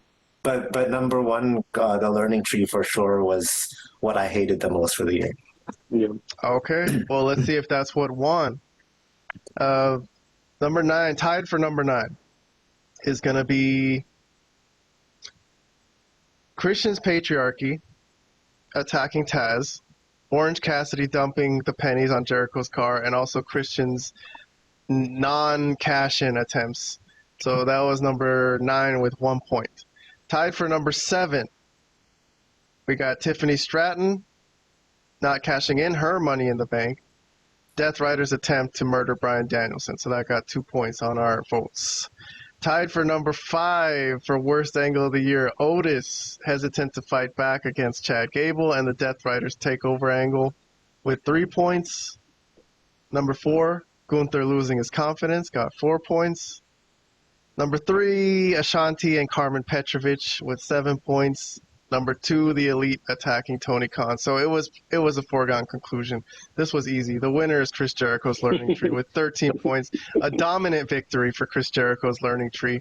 And they get a nice trophy for Malapert Smark worst angle of the year. Fuck you, Chris Jericho. No, I'm kidding. Like I said, I don't hate Chris Jericho, but I just think he's very misguided in how he's trying to get heat here. I think he thinks he's doing a good job getting heat. You know what I mean? But this ain't good heat. No. You know what I mean? It's not even go away heat. I think it is like, go away heat. It's like roll your eyes heat. It's like this is not. Yeah, it's basically the same thing. But yeah, I guess okay. But all right, moving along then. Oh shit, hold on. Last award of the night, and then I'll wrap up everything real quick and we can get out of here. Heel turn of the year. So again, us 3 are the only 3 voters on this, and we're handing out points for 1st through 5th place, okay? And we'll add up all the points at the end. Here are our candidates for heel turn of the year, DIY from Smackdown, okay? This was a recent one. Number 2, New Day. So New Day. This was a very popular one. I think a lot of people like this. Number 3, Kyle Fletcher turned on Will Ospreay at Wrestle Dream. This match happened again last night at Wrestle Dynasty, where Will Ospreay got his revenge in a way. But number 4, The Rock. He started the year as a babyface and turned heel. I didn't much like his heel turn per se, but once he turned heel and he started cutting promos in every town he went, he caught fire. He caught fire. Yes. So number 5, Kevin Owens. This didn't really happen at Bad Blood. It happened after Bad Blood in the parking lot, and somebody recorded it. We're lucky someone actually had their phone out, you know, had some juice on their phone to record this. But anyways, Kevin Owens did turn heel. Dominic Mysterio at SummerSlam. This is an interesting one because he was sort of a heel anyways. People didn't like him, but since he turned even more of a heel. Like yeah, he turned. Yeah, it was a I don't want to say double heel turn, but okay. Number 7 is Mariah May and Tony Storm. The fuck is going on here? That's what I said. That's when I watched it. But anyways. Okay, so I had my apprehension to put this on the list because I didn't really like the heel turn, but I put it on the list anyways. Finn Balor at SummerSlam. This was the same night where Dominic turned on Rhea. Yeah. So the end of the original Judgment Day, I guess. Yeah. So I'm a fan of this one because the face Finn Balor makes when the camera's close up on him, I'm a fan of Finn Balor. MJF. So MJF started the year as a babyface too, and then he turned on Daniel Garcia. Everyone saw it coming, but it was still nice that it happened. And poor Daniel Garcia, he had to sell it for MJF, so he did a great job for him. And then the last one is AJ Styles, who faked his retirement, Mark Henry vein, and attacked Cody Rhodes and got a rematch, which he ended up losing anyways, but still, it was a good moment. Honorable mentions. Eddie Thorpe, baby. Just happened on NXT. Totally swerved Ava. Got a title shot. Still, I hope he wins the title at New Year's Evil. We'll see. And then Chad Gable. I think Vlad mentioned this, so I pulled up these images of Chad Gable pulling Sami Zayn out of his wife's arms and suplexing him. Yeah. This was after he had lost to Sami Zayn, and he just lost it. And then my last honorable mention is Ricochet, a recent one, who has just turned heel, and now everyone's throwing toilet paper at him. So, okay. My top 5 heel turns of the year. New Day, number 1. Over the Rock, damn. And then AJ Styles, number 3. MJF, number 4. And Finn Balor, it made my top 5. I like Finn Balor. Let's go to Vlad's top 5. Same top 2 as me. The New Day beat The Rock. Who would have thought? New Day number 1, The Rock number 2. And then you put Kevin Owens number 3. He didn't make my list, but AJ number 4 and MJF number 5. Okay. And then Roberts is the New Day and The Rock. Man, we both had the same 1 and 2. All three of us. All three of us had the New Day at number 1 and The Rock at number 2. Kevin Owens, both of you guys had. MJF, all three of us had. And then Mariah May is your number 5. So that's the only surprise. And you did comment on your text messages. It says, as far as Mariah May is number 5, I know, kind of odd choice, but I'll explain. All right, Robert, now's your chance to explain. Well, let me talk about the Rock versus. Yeah, sure. Talk I think about the Rock. The Rock. He turned heel. 'Cause he kind of had to. The fans were booing him anyways, but it was. It was still a significant moment for the year. So it was one of the the highest profile heel turn of the year for sure. But he had to turn heel. There was no other choice. Okay, now about Mariah May, because I was for my number 5 pick, I was trying to decide between that and AJ Styles. So all right, I eventually decided on Mariah May mainly because of I really like the execution of it, because I think we talked about it when we reviewed that segment months ago. Most of the time when there's a heel turn, it's set up in a way where, at least for me, I can see it coming a few seconds before the turn happens. This one happened so suddenly that it caught me off guard. Even though I did predict her to turn heel eventually, how it was executed just happened really suddenly, and I wasn't prepared for it to happen at the moment that it did. Also, this is the first time I can think of where a heel turn actually involved an attack using a heel, right? And God. yeah, it's true. It's true. Okay. And then leading up to the turn, one of Tony Storm's most repeated lines has always been "Watch for the shoe." She ended up getting attacked by her own shoe. I mean, I thought that was pretty clever. So that's why I chose that over AJ Styles. Also, partly because I still think the heel turn that AJ Styles was inspired by was still done better. So that's part of the reason why I didn't put it on my number 5. Well, Robert, if you wouldn't mind a little healthy debate, I think you're not one of these fans who, when people disagree with you, you can't take it. But I've always thought that there was something off about that Mariah May heel turn, and I think you just explained it to me why I didn't like it. Because you said it just came out of nowhere and you liked that. To me, I think that's why I didn't like it. I think in wrestling, I like when there's a little bit of a hint that they drop something, like a little bit of an eye, a look out of the corner of the eyes, so that, I'm watching something where I'm like, I'm following it closely. I'm like, okay, they're trying to make something here. And I don't know. I think it's good when you don't see it, when there's literally no fucking clue that it's coming. It's like Vince Russo booking. It's like, you could do anything then. You know what I mean? I guess we have a different perspective on it. I just feel like every heel turn that does happen, there's some sort of tell or sign right before it. So I for me, I appreciated something different. So I don't know. I guess we have a different perspective on it. All right. Well, I think we all know who's going to win here because we all had the same first place votes, but I'll go through it anyways for the heel turn of the year. All right. Totals. Number 7, Mariah May got a point. Finn Balor got a point. AJ Styles got 5 points at number 5. MJF got 5 points at number 4.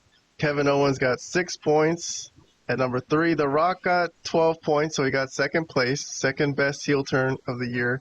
But the winner for best heel turn goes to New Day, believe it or not. Yeah, surprising. Man, Yes. I mean, I went to a show, like a friend of mine, I forgot what year it was. It was like 2017, 2018, I don't know. And this was like at the heart of like New Day as baby faces. And that was what they were like feuding against like Rusev, who's Miro now. Yeah. And the crowd was chanting "New Day rocks, New Day rocks," and then the other half was chanting "Rusev Day," and I thought it was so stupid. Like the old New Day Yeah, Like, absolutely. I agree with like that. to me, it's just not good. It's You just know what I mean? very corny, very Very, cartoonish, very corny. Like, but very kid friendly, obviously.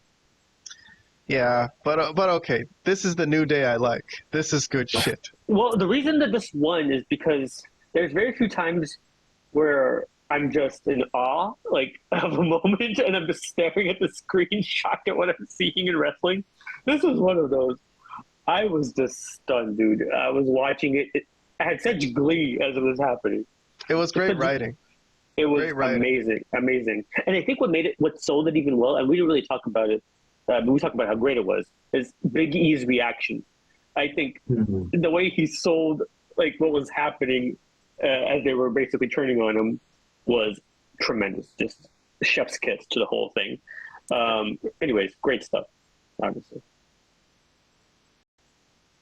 All right. Well, that'll conclude the 2024 Malapert Smark Awards, baby. Let's go through the winners. I think we just had 5 awards, and these are the people who will be taking home trophies.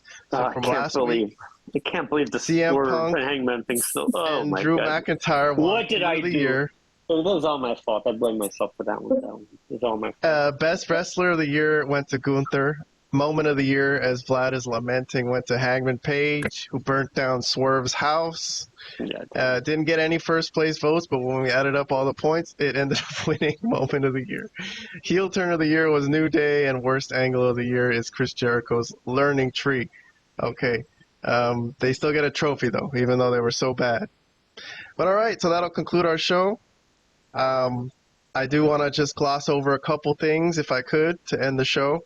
Not go very much in depth, but this past week we usually do a in-depth review of like Raw and SmackDown and AEW, but the only thing I'll mention from this whole week was on Raw, because the New Day are heels now and everyone hates them, and Kofi Kingston thought he could at least get a hug from his mother, and even his mother turned him down, and him yelling out, "Ma!"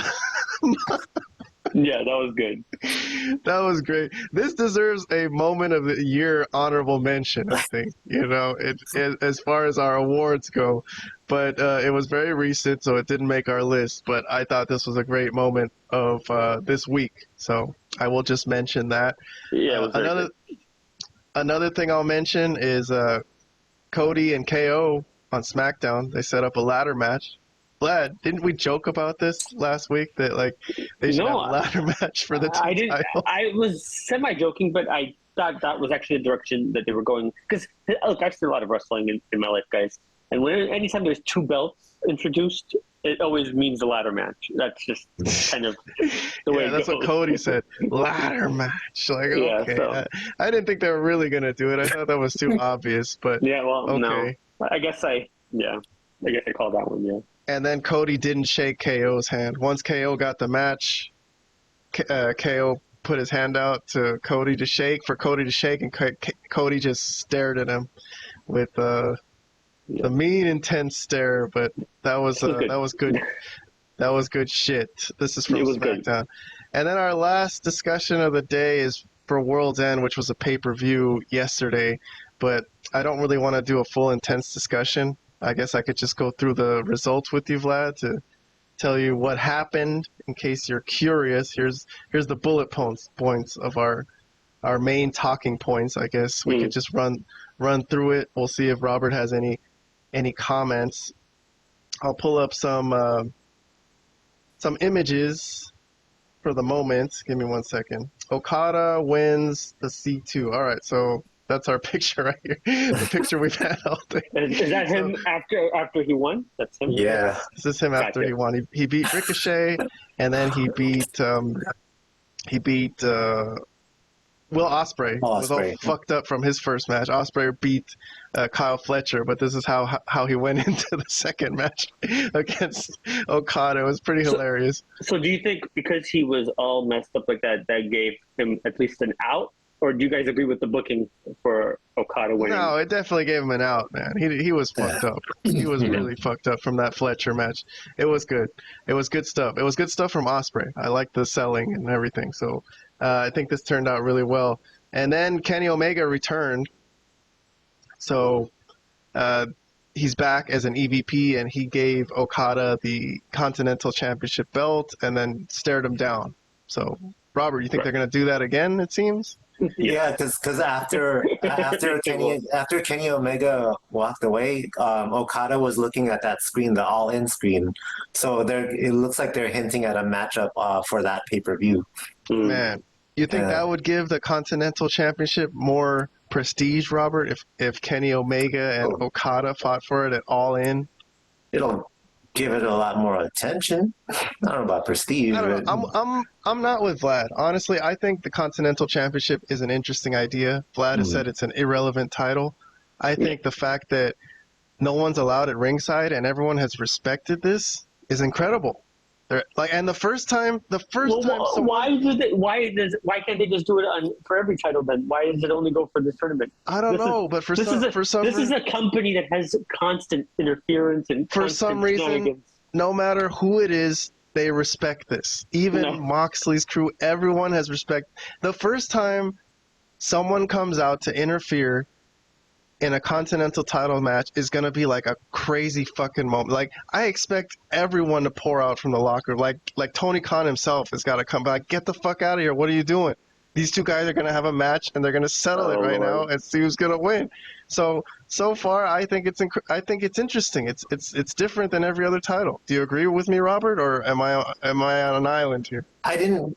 You know what? I didn't really think of that until you brought it up today. But you make a good point.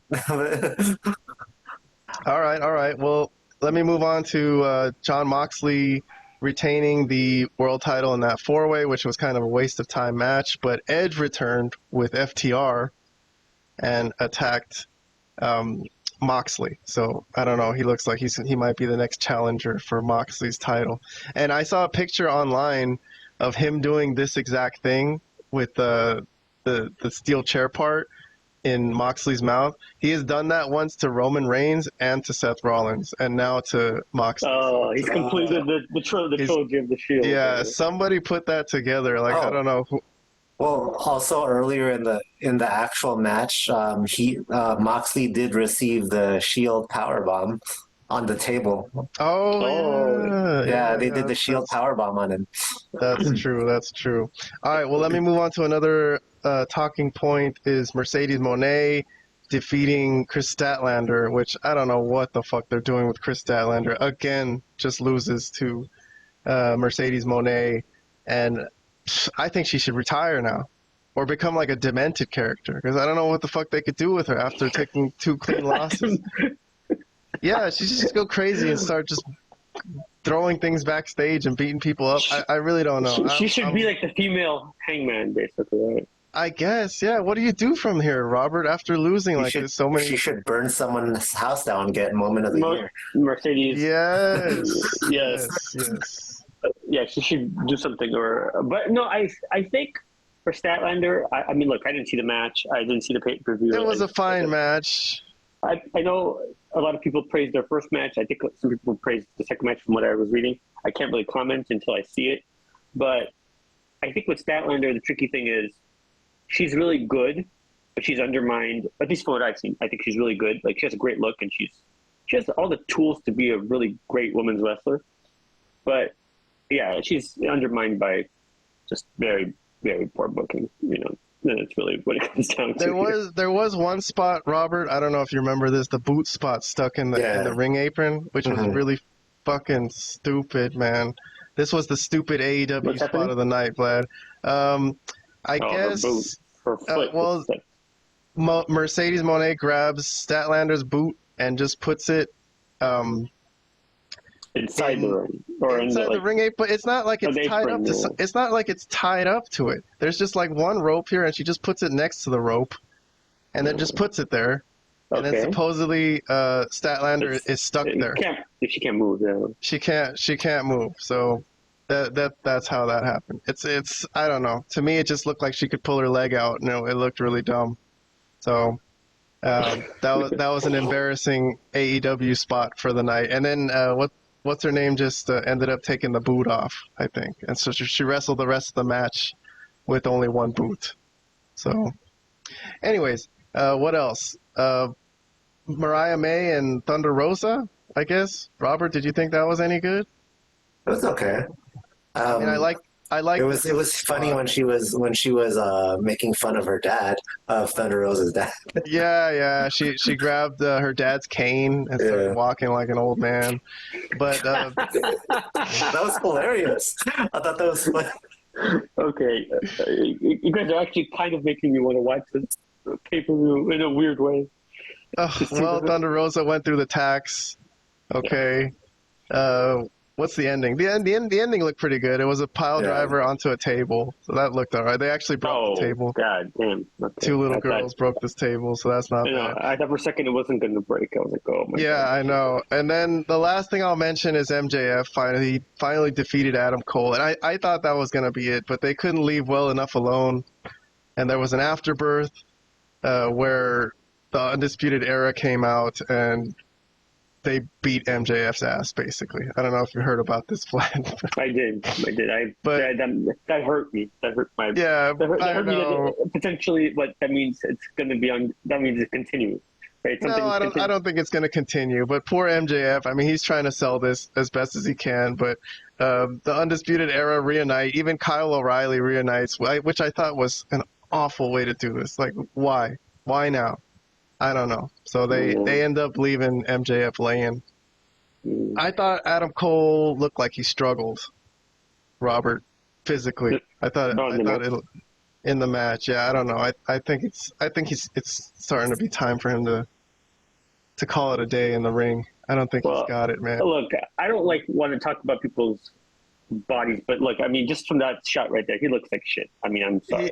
He does. Yeah, he doesn't. Like, he doesn't look like a guy that should be I don't think he wrestling. could work out anymore. And when he was trying to lift up MJF, he looked like he was struggling to get him up. You know what I mean? MJF was like sort of helping him. So, do we know does he have like specific injuries that prevent him from going to a gym and getting bulkier? Or I mean, we don't know what his situation is. Like, I don't want to. If he has like some disease, obviously, I take that out of him back. Well, he broke his ankle, man. I mean, I broke my ankle once. It's just never going to be the same again. But that doesn't keep you from not being in complete. Like, yeah, I mean, in shape. I mean, yeah, I understand he broke his ankle. That was his latest injury, but I know that was. I don't know. Like I said, I don't want to talk about somebody's body. Like, I'm not like some, I'm not a gym rat myself or anything, but I do go to the gym occasionally, and I try to at least keep in some sort of. But if I was a professional wrestler, I would try to be in a lot better shape than Adam Cole was. Is all I'm saying. So, yeah, I'll leave it at that, I guess. All right. Well, I guess Robert, do you want to? Since you're the only one out of me and Vlad didn't watch it, but me and you watched it. But. I thought the match was fine. It's just after the what are they called again? That group. The Undisputed Kingdom. The Undisputed Kingdom. Yeah. After they beat up MJF, they were celebrating at the end as if Adam Cole won the match. Like, no, he didn't. Come on. Yeah. Well, I thought that looked silly, but the match itself was okay. How about World's End as a whole? You want to give it a rating? Thumbs up, thumbs down? Half a thumbs up. I'll give it a thumbs up. I mean, I thought it was pretty good. Like, for the Continental Classic matches, Okada, Ospreay and Fletcher. Even that was good. And then Ospreay. Right, and also at World's End, this is the first time where I felt like Okada is kind of starting to look like the Okada that I remember from New Japan. Yeah, he started to kick it. He started to show flashes of how I remember him. So that I'll agree with the thumbs up. It was pretty good. All right, cool. Well, I have some show close material, just something nice to end the show with. Let me see. Taya, Valkyrie, and Toni Storm. How about that one? You guys want a Christmas gift? This was Taya's Christmas gift to Toni Storm. Oh, good God. Where did this air? This was on Dynamite this past Wednesday. Good God. I'm not forwarded through that. Wait, hold on. There was a spot like that in SmackDown from what's her name? Oh, was it Naomi? Naomi. did that. Naomi did the same. Well, maybe not exactly like that. Probably not as bad as this. Not as bad. This was literally ass to face, I guess. If you want to call it that. I wonder if Tony Storm's gonna remember this. Yeah, that's true. If Armisha takes. Well, and then this was on Christmas Day, and Taya Valkyrie looked at the camera and said, "Merry Christmas." Hey, that is a great gift. All right. Many people would have won a gift like that from Taya Valkyrie. I'll tell you that. How about Ricochet and Swerve? You guys remember this one? I'm going to embarrass you, and I'm going to make it big.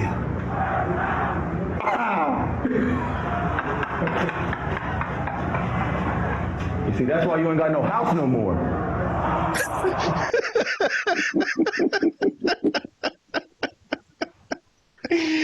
The crowd went, "Oh my god!" It's such a stupid line that it's still funny though. But yes, dude. So I forgot to mention at World's End after Ricochet got eliminated by Okada. Oh yeah, what was up with the toilet paper? Who was throwing that? That was Swerve. Well, Swerve and Nana brought out toilet paper and handed it to the crowd to throw and at Ricochet. they started throwing it at him. I gotcha. Yeah.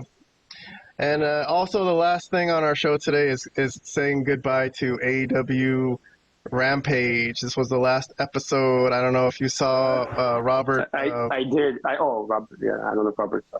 I don't know if you saw Darby Allin get thrown down the stairs on. On where is it? I'm trying to press play on this. Let's see.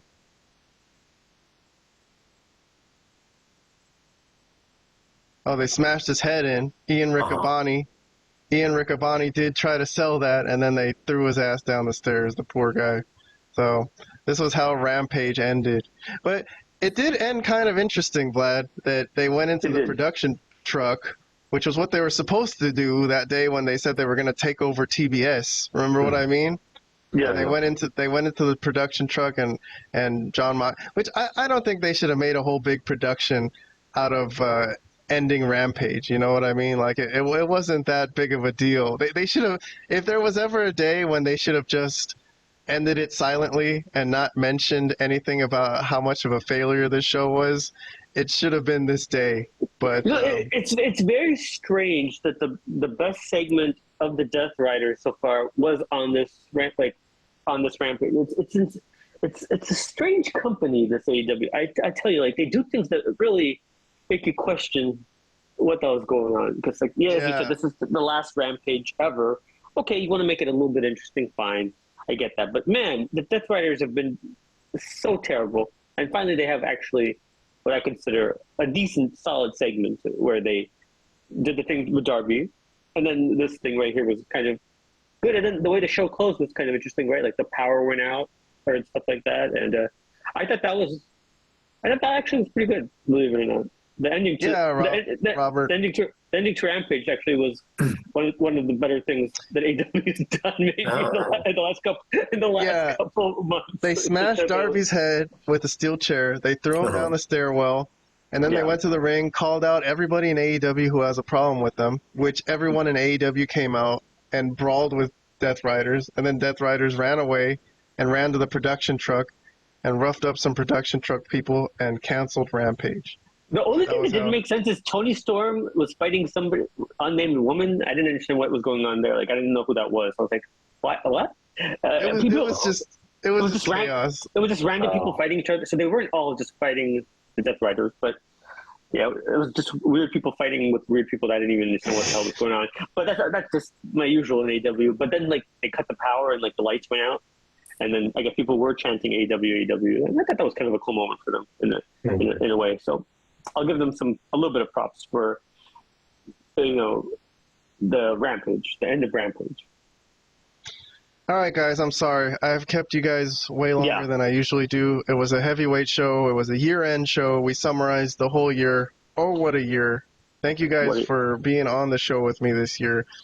I think this show really should be called, like, the Vlad and Robert and Kahan show, other than the Malapert Smark show, because This- we discussed it, but I think it really should. If you want to call it with your name, dude, you put in most of. I mean, you put in 99.9% of the work. Exactly. It wouldn't be fair. It wouldn't be fair for us to like all have our names. It's really your show, to be honest. So, I mean, if you want to put it as the K-Han wrestling, whatever you want to call it, wrestling podcast, I would have no problem with it. I'll be honest, because like I said, you do almost all the work, putting the whole thing together. So, yeah. Well, it's only fun because I'm talking to you guys. Like I do the live streams by myself sometimes, and it feels ridiculous. But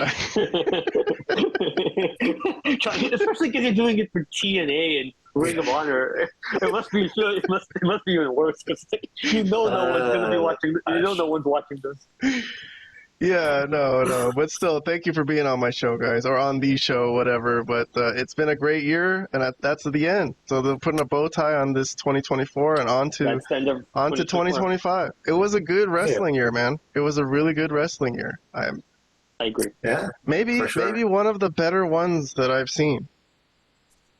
Yeah, I mean, definitely one of the better ones in a while. I mean, yeah, there's issues. Well, I will say WWE had a very strong year. I think they had a really strong year for the most part. Like in general, yes, like, a very strong year. Not everything hit, but WWE had a very strong year. I think on the opposite end, I know you keep saying like if wrestling's popular, if WWE's popular, it's better for all of wrestling. I don't really agree. I don't agree with that. I think it's just good for WWE. I don't think it matters. The WWE is popular to AEW because less people are watching AEW than ever. So. On that note, AEW's had a really bad year, in my opinion. So we'll see where that goes. Maybe they could. I mean, I hope I want wrestling to be good across all companies. So even though I've talked crap about AEW, I want them to succeed and I want them to do well. It just, it feels like I'm not going to get that. So I don't know. All right. But we'll see what 2025 brings. Robert, the Frozen Asian, Vlad, the wrestling expert, thank you guys so much for being on. I hope you guys will come on in the coming weeks, and we'll still continue talking about wrestling. And I hope you guys will still hang out and be my friends. So that's oh yeah. Yeah, let me think about that. Yeah, now me and Robert were talking. I'm like, dude, do we really want to be friends with this nutcase anymore? We were just talking about this. I know I am a nutcase, but no, we're joking. Dude, of course. What are you talking about? Yeah, we're gonna be your friends into 2025 and beyond. I'm being sentimental. I'm just saying I'm happy to be you guys' friend. You guys are awesome. All right, well, good night, man. Yeah. It's late. You gotta go to work tomorrow, so I'll see you guys. I'll work on the show. I'll edit it and put it out by morning, and I'll see you guys when I see you. Have a good night.